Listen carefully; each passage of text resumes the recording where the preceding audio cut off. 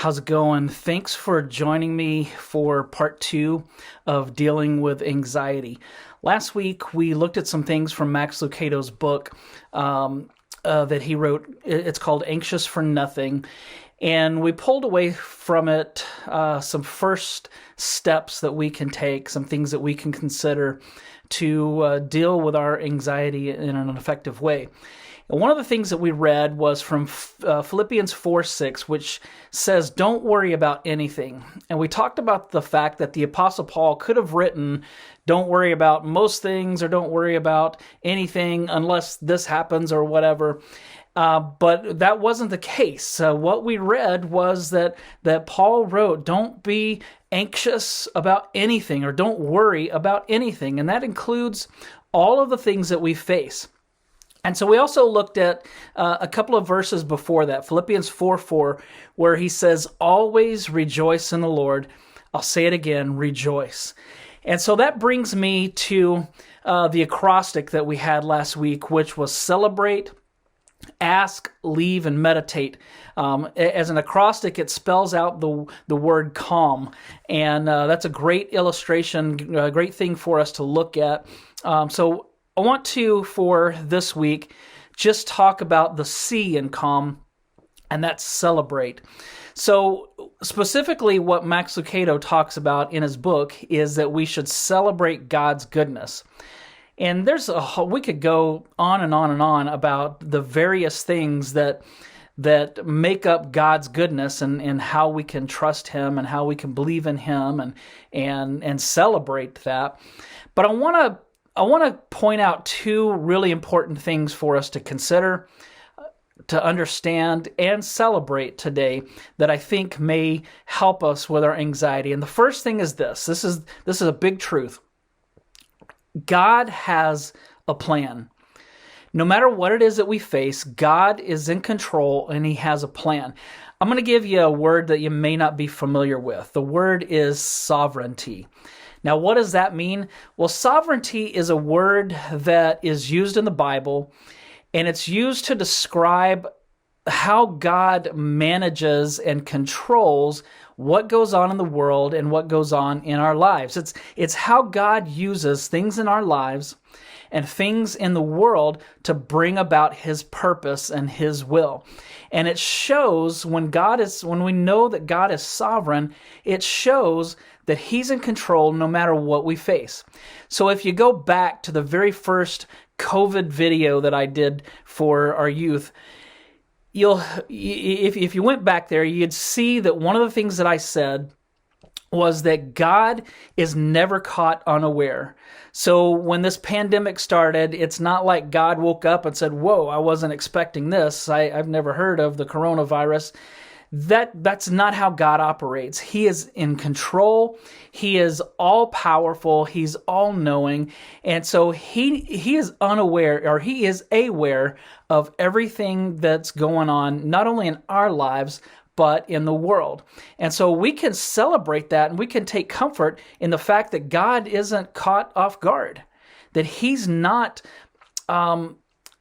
befuddled by things. He's not in a situation like us where we can't see what's going on. If you think about a parade, you only watch what's going on right there in front of you, right?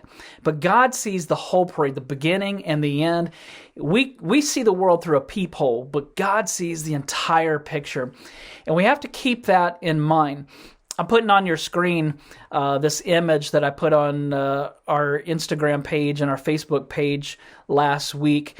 I really like this because it basically is saying, here's the reason why I'm not going to panic.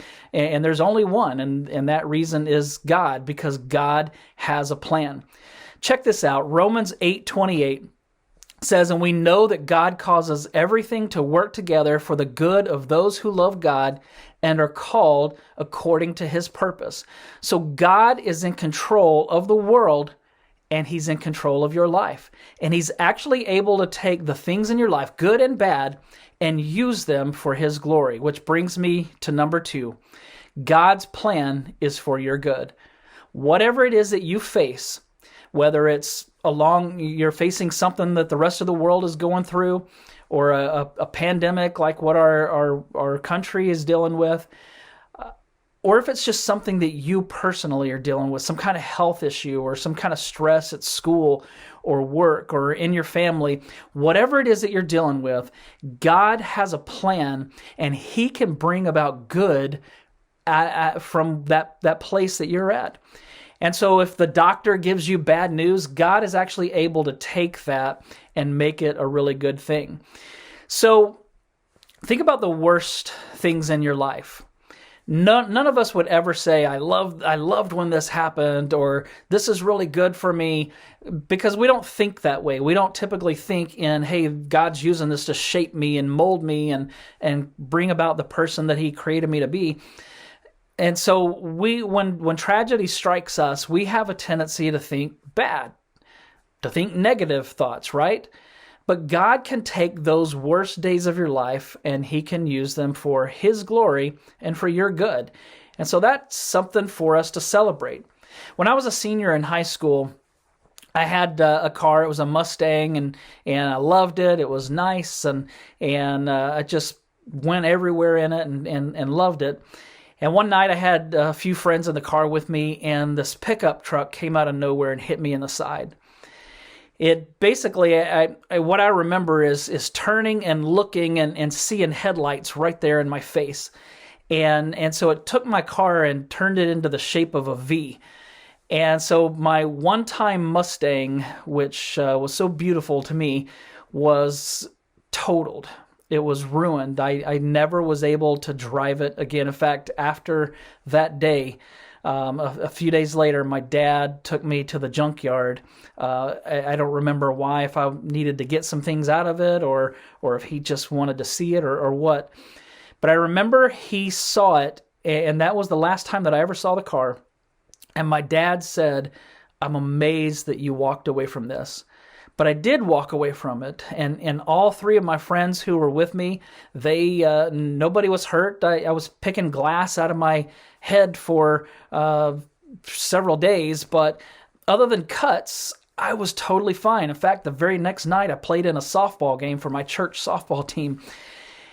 And so that was a tragic, difficult thing for me. But what it did was it shaped my life, because it helped me see that God had something bigger planned for me. And so it totally changed the way that I thought and changed the way that I looked forward.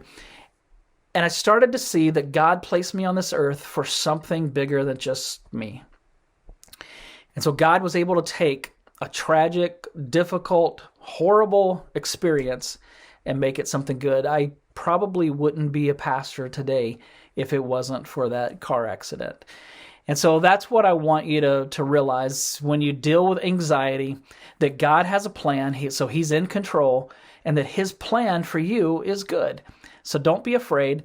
Don't be fearful and living an anxious life, but trust in Him, because He knows what's best. Have a great week.